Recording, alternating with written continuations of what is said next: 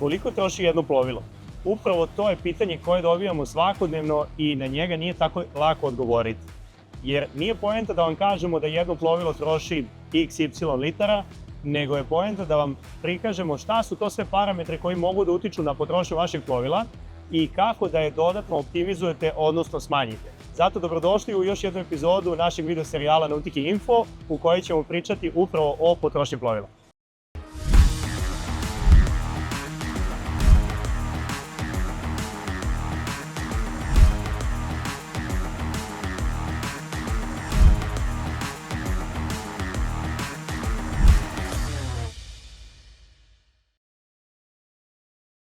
Za razliku od automobila, ne gledamo klasičnu potrošnju koliko litara potrošimo na 100 km.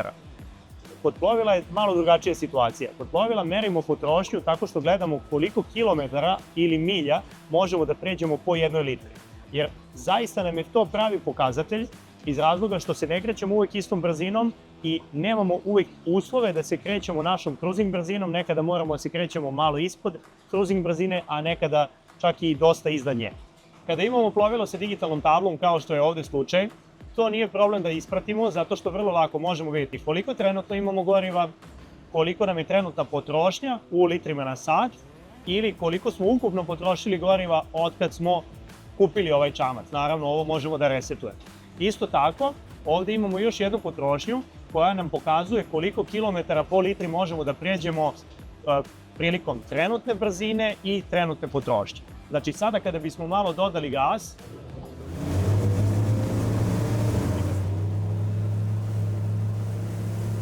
i kada smo postigli našu cruising brzinu, ono što možemo vidjeti je da je zapravo naša ekonomičnost sada znatno bolja nego malo pre kada smo se kretali manjom brzinom. Što je glavni pokazatelj da ne mora uvek da znači manja brzina, manja potrošnja. Nego je jako bitno da uskladimo adekvatne parametre, brzinu, nastavnu situaciju u kojoj se nalazi. Takođe na digitalnoj tabli možemo i da podesimo neke druge parametre, tako da nam se, na primer, zapremina ne ispisuje naravno u litrama nego u galonima, a isto tako možemo da biramo kako da nam ova digitalna tabla računa ekonomičnost. Da li će to biti pređeni put kroz zapremina ili će to da bude zapremina kroz pređeni put, koliko možemo da potrošimo na 100 km litara, znači kao kod automobila. Tako da kada imamo digitalnu tablu, ukratko, mnogo jednostavnije da pratimo parametre naše potrošnje nego kada istu nemamo. Ali opet dobro, kada nemamo uvek možemo da zapišemo koliko smo potrošili goriva, da zapišemo koja je naša brzina i da vrlo lako izračunamo tako što podelimo ta dva broja koliko mi u stvari kilometara možemo preći po jednoj litri.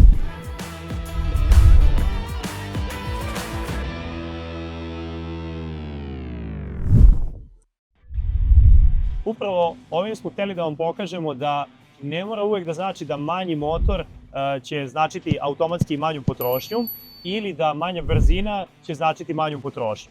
Sad ćemo konkretno ovo plovilo da provozamo u 3 različita režima vožnje. Znači prvi će biti ovako bukvalno da smo samo ubacili u brzinu i da idemo na 1000-1500 obrtaja. Drugi će biti da idemo negde na pola gasa otprilike u cruising brzini i treći na pun gas. I sve ćemo to prikazati kako biste mogli da napravite neku paralelu koliko zaista konkretno ovo plovilo troši i koliko se ta potrošnja razlikuje. Naravno, opet u odnosu koliko kilometara možemo da pređemo po litri, jer to je najbolji pokazatelj u nautici. A sada idemo u vožnju.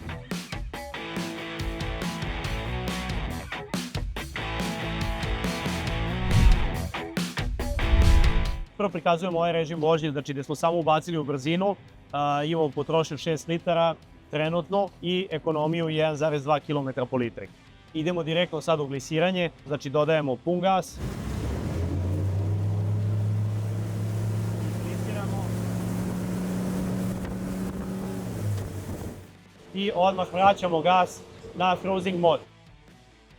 Znači imamo potrošnju negde oko 20 litara, brzinu 30 km na čas i ekonomija nam je 1,2-1,3 km po litri. Znači malte ne ista kao i malo pre, samo što sada idemo mnogo brže i samim tim ćemo brže da stignemo do neke destinacije. Ako bismo samo još malo gasa dodali, imamo malo veću potrošnju i znatno bolju ekonomiju, znači umjesto 1,2 imamo skoro 1,5 km po litri. Imamo brzinu 32-3 km na čas, potrošnja nam je negde oko 24 litre, 25 litara i ekonomija nam je 1,3-1,4 km po litri. Dodavanjem trima stavljamo plovilo u neoptimalan režim vožnje, brzina nam polako pada, potrošnja nam je ostala ista jer gas nismo dirali, ali samim tim što nam brzina pada, nama se ekonomija znatno menja i naše plovilo polako počinje da tone i ispada iz režima glisiranja. Da bismo to ispeglali, imamo dva načina, ili da dodamo gas, ili da vratimo trim na nulu. Znači, dodavanjem trima naša brzina će ponovo početi da raste, odnosno spuštanjem trima. Naša brzina će ponovo početi da raste, a ekonomija će se popraviti.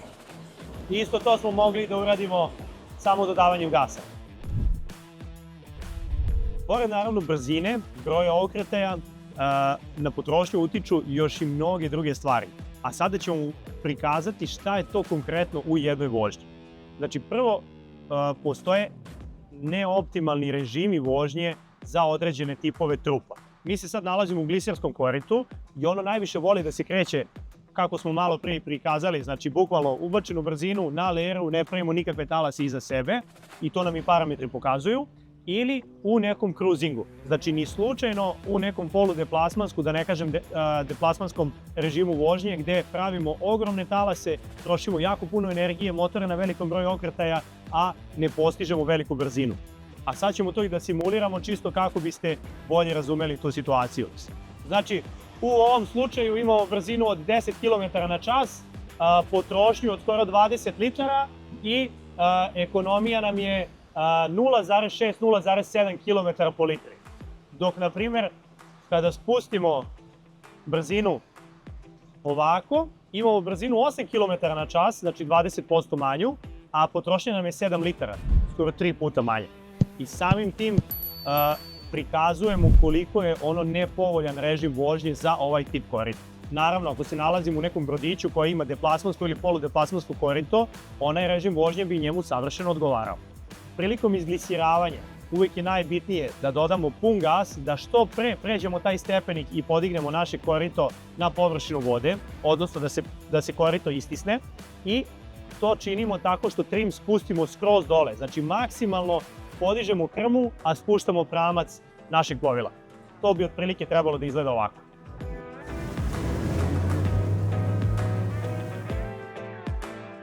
Čim smo izglisirali, odnosno napravili ovaj lep trag od talasa, koji možemo jako lako prepoznati, vraćamo gas na neku cruising brzinu koja se kod većine glisera kreće negde između 2,5 do 4,5 hiljade obrtaja. Sada ćemo simulirati i pokušati da vam prikažemo što je to više moguće, loš raspored u plovilu, koliko može da utiče na samu brzinu, pa i ekonomičnost, odnosno potrošnju plovila. Konkretno sada imamo dve osobe koje sede na levoj strani i lepo se može vidjeti da naš talas nije potpuno pravilan, nego da sa desne strane imamo takozvanu krestu koja formira mnogo veći talas nego sa leve strane. Samim tim pravi mnogo veći otpor i da bismo to pospešili, odnosno da ne bi imali tako nepravilan režim vožnje, mi moramo da zamolimo jednog člana da pređe na drugu stranu. Iza naše makete Đoleta se sada može vidjeti kako su talasi u potpunosti pravilni i kako je kresta perfektno izgrađena i nemamo više ta odstupanja. Loš trim, odnosno neadekvatan trim, značajno može da utiče na potrošnju vaših plovila. Znači, mi se sada nalazimo u cruisingu i takav nam je raspored u plovilu da nam nije potrebno maltene uopšte da podižemo trim. Znači, podignut je svega 5%, bez dodavanja gasa, bez promene bilo kakvih parametara osim podizanja trima, mi dobijamo to da nam se brzina smanjila zato što nam je jako mala bila brzina za ovu visinu trima.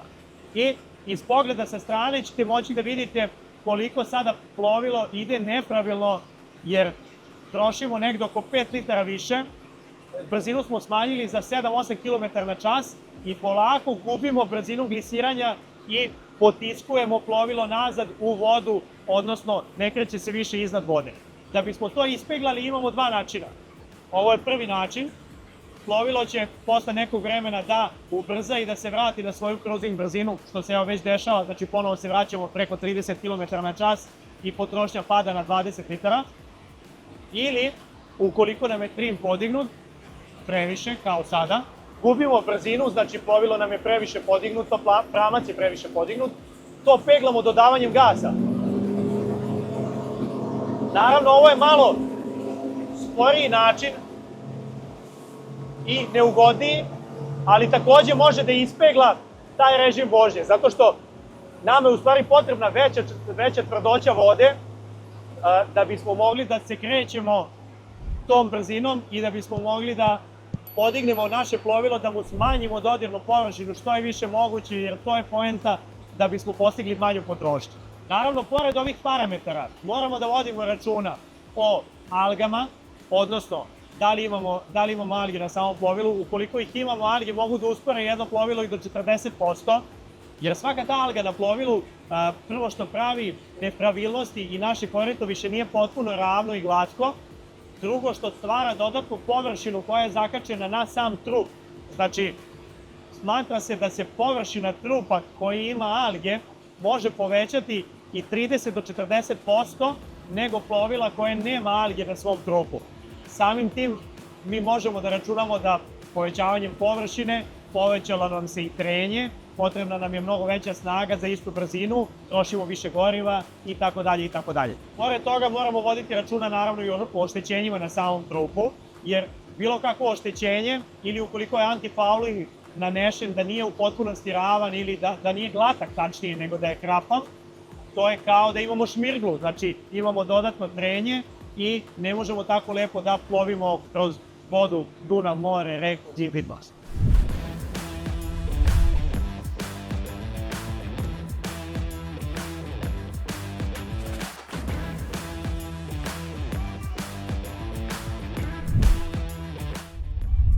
Pored svih ovih parametara na koje možemo direktno da utičemo, postoji neki parametri na koje ne možemo da utičemo, ali možemo da probamo da ih predupredimo kako bismo smanjili svoju potrošnju i napravili ekonomičniju vožnju.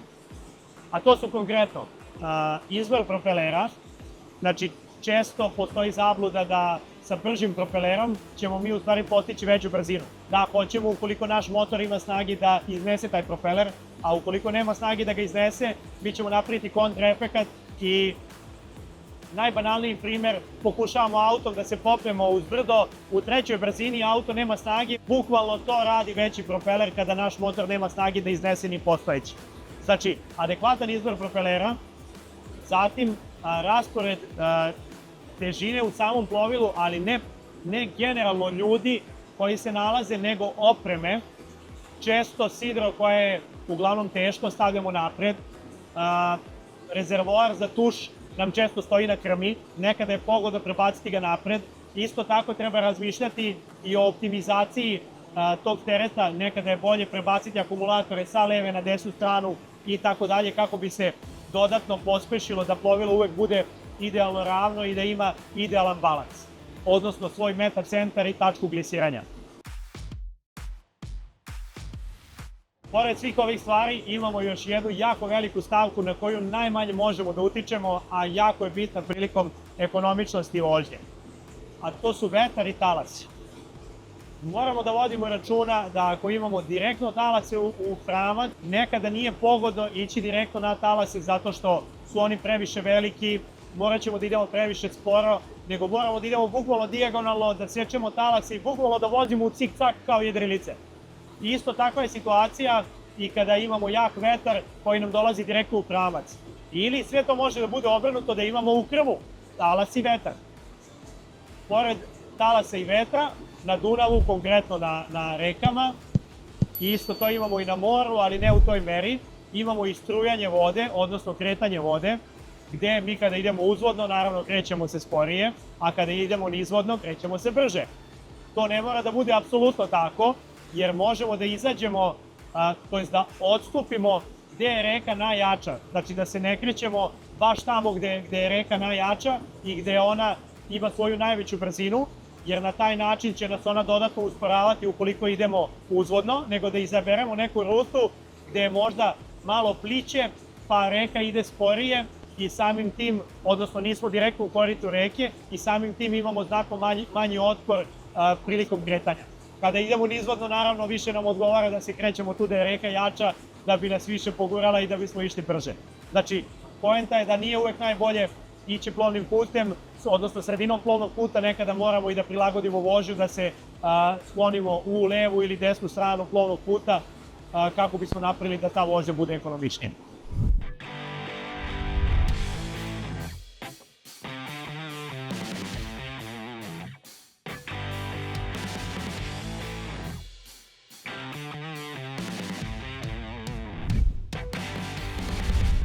Potrudili smo se da pokrijemo sva pitanja koja biste mogli da nam postavite po pitanju ekonomičnosti plovila, a i da razbijemo neke najveće mitove koji glase manji motor znači manju potrošnju, što smo mi pokazali da apsolutno nije tačno, jer nekada manji motor može da non stop radi pun gas, ne postiže optimalnu brzinu za taj tip korita i samim tim mi potrošimo mnogo više goriva da bismo stigli od tačke A do tačke B, isto tako potrošimo i mnogo više vremena. I onaj drugi mit koji kaže da spora vožnja je znatno ekonomičnija vožnja, apsolutno nije tako, jer se nalazimo na vodi, dosta faktora utiče, znači moramo voditi računa vreme koje nam je potrebno da stignemo do te lokacije, kao i koliko goriva zaista trošimo pri toj brzini.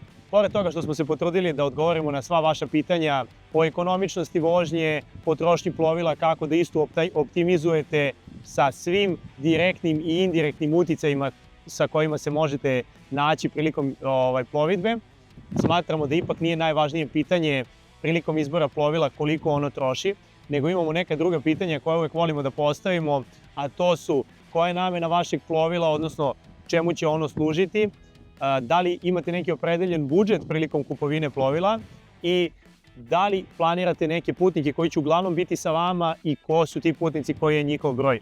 Jer kada odgovorimo na ovo pitanje možemo mnogo lakše da izaberemo adekvatno plovilo zajedno sa vama, a kada imate adekvatno plovilo za vaše potrebe, samim tim i potrošnja će biti adekvatna i u sklopu sa vašim potrebama. I baš zato uvek kažemo, vaše plovilo je naša briga.